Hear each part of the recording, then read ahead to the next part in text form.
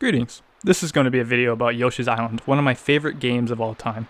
Basically, I'm going to be talking about some things that I like about the game, and some things that I dislike about the game. So prepare yourself for some mid-level analysis.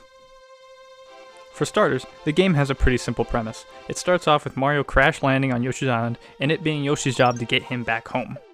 This mostly entails slaughtering all the island's inhabitants, and just generally causing mayhem. That's basically the premise of the game. It may not be the best game, but it has a certain charm to it that keeps me coming back even after 20 years of playing. As such, I believe I was able to shrink down why I love this game so much into a few core reasons.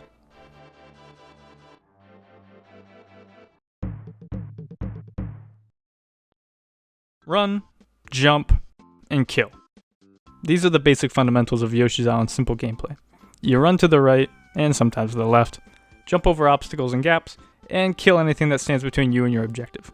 That objective being to completely crush your enemies and reunite Mario with his family. To accomplish this, Yoshi must either crush them under his immense weight, or swallow them whole and use them as weapons against their fellow comrades.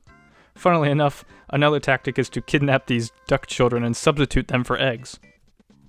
In all seriousness, the game is as classic Mario as it gets, and that's what's so fun about it.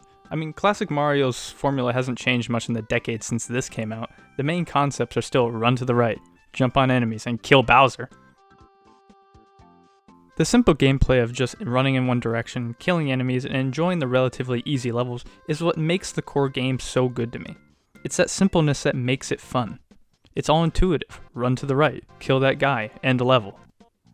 A lot of games from this time period had that same intuitive gameplay, Mega Man X being a good example. The game had tutorials for you if you needed them, but they aren't required to learn how to play the game. Just press the buttons and you'll get a hang of it. However, as much as I love the game, there are drawbacks, and you know what isn't fun? These stupid transformations. Yoshi can turn into a helicopter, a mole, a submarine, and a ski person. The submarine and ski ones are fine because they're only used once and aren't that annoying. The helicopter, however, has no reason to exist. It isn't fun, and if you get hit, it shoots you down the level to your death in one shot, and it feels gimmicky for gimmick's sake. And the mole could have been fun, but instead it's a bitch to control, and it has a very short timer, so if you mess up the controls even once, you may be forced to do the section again. But, perhaps the most magnificent design choice by far in the entire game has to be this.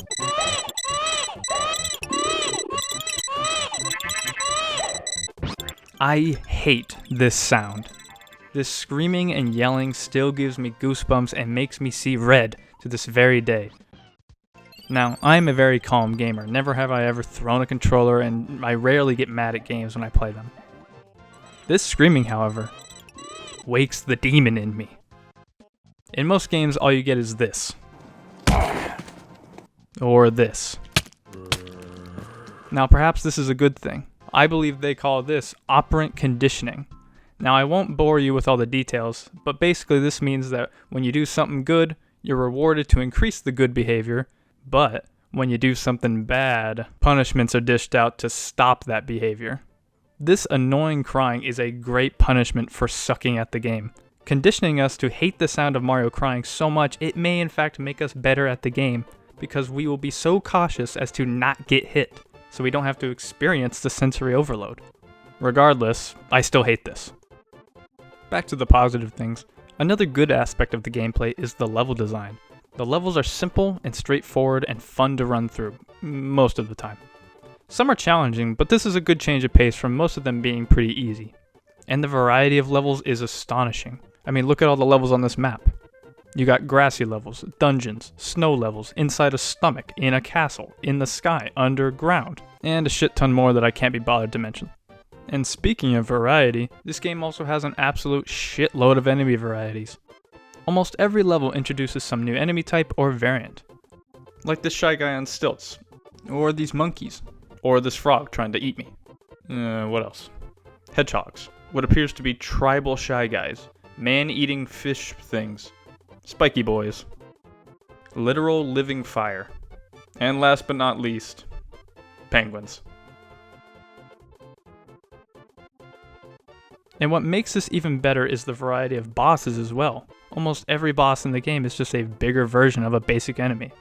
Like this fat, bouncing, naked man. thing. Or this Koopa. Or this crow thing. I think it's a crow. This kind of enemy and boss variety really spices up the gameplay and does well at not boring the player. Besides all that, however, the game is just straight up fun. For example, there are these puffs that literally just make Yoshi high and the music all wonky. And it's not just for show. Touching one of these makes Yoshi extremely difficult to control, making these areas pretty fun and challenging.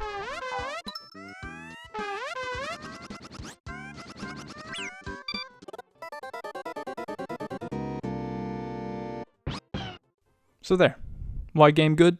Gameplay and levels fun and simple. I for one find this style of art to be very pleasing. Pixel art feels like a dying style sometimes, and I always need to come back and get a hit of classic video game art. Whether it's Yoshi's Island or Pokemon or Zelda or whatever. I don't know, there's just something mesmerizing and charming about pixel graphics that makes them stand out more to me than realistic or 3D graphics of nowadays. The difference between 3D Pokemon and the animated sprites of Gen 5 being a good example. Not to say I dislike realistic or 3D graphics, they certainly have a place and I enjoy them, but when it comes down to it, pixel graphics just look better to me. It makes sense to me that since this is what games used to look like when I first started playing games, I would be more drawn to ones that look like those. Pixelated graphics remind me of my childhood and the carefree days, as I'm sure they do for a lot of us. Only a few recent games' art has been able to make me feel the same way. That unsurprisingly being Undertale, Stardew Valley, and The Binding of Isaac Rebirth, as well as a few others. As I said earlier, it feels like a dying art form, but that doesn't mean it is. Many indie studios exclusively do this kind of stuff and are very successful with it. FTL being another good example along with The Binding of Isaac. However, perhaps I'm just saddened that I'll never be able to play a new Pokemon or Mario game with pixelated graphics like these. So I just look back on this game with a lot of nostalgia, and this simple and fun art style really makes it feel like I'm back there all over again.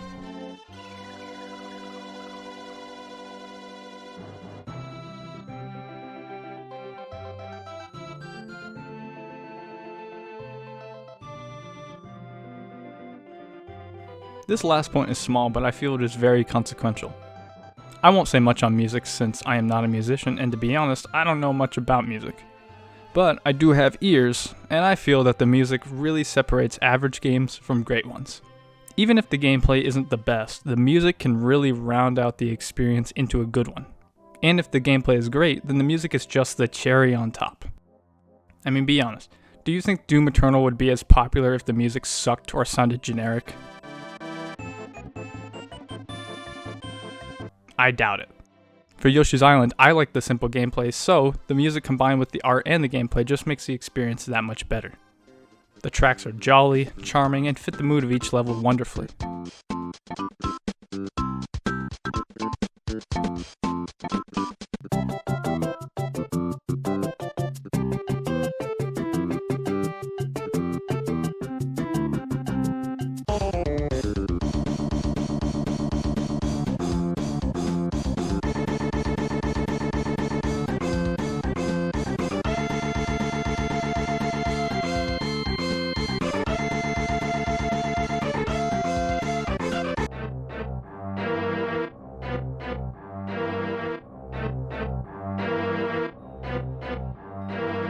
Good music just makes the levels and the game in general more enjoyable at the end of the day. Another nice detail is that the map screen music evolves as you complete more worlds, adding more instruments as you progress.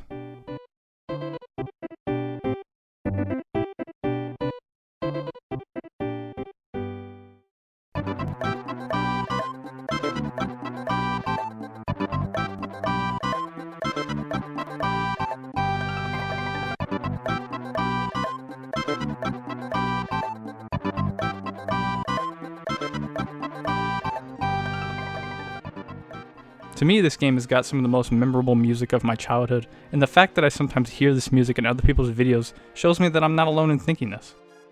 All in all, I love this game. The simple gameplay designed to be solved by toddlers and the charming art and music really make it an experience to play.